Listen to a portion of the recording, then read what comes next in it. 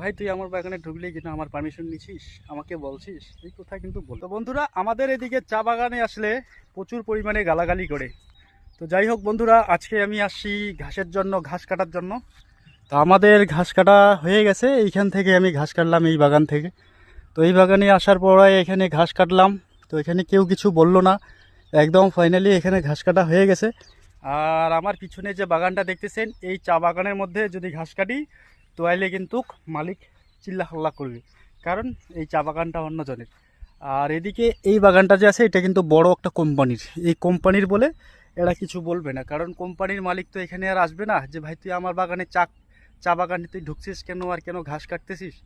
তো এখানে চকিদাররা একটু ক্যাচার ম্যাচার করে, তো চকিদাররাও এখানে ক্যাচার ম্যাচার করে না, কারণ আমাদের গ্রামেরই তো, কারণ ওদের লেভেল আর আমাদের লেভেল একই, তো সেজন্য আমাদেরকে কেউ কিছু বলে না। ঘাস কাটতে আসলে ওরা কিছু বলে না। আর আমার যে ব্যাক সাইডে যে চা বাগানটা দেখতেছেন, এই চা বাগানে ঘাস কাটলে কিন্তু আবার গালাগালি করবে। এরকম লোকাল বাগান অন্যান্য লোকেরও আছে, অনেক বাগানই আছে, কিন্তু এদের বাগানে ঘাস কাটতে গেলে গালাগালি করবে। ভাই তুই আমার বাগানে ঢুকলি কিনা আমার পারমিশন নিছিস, আমাকে বলছিস, এই কথা কিন্তু বলবি।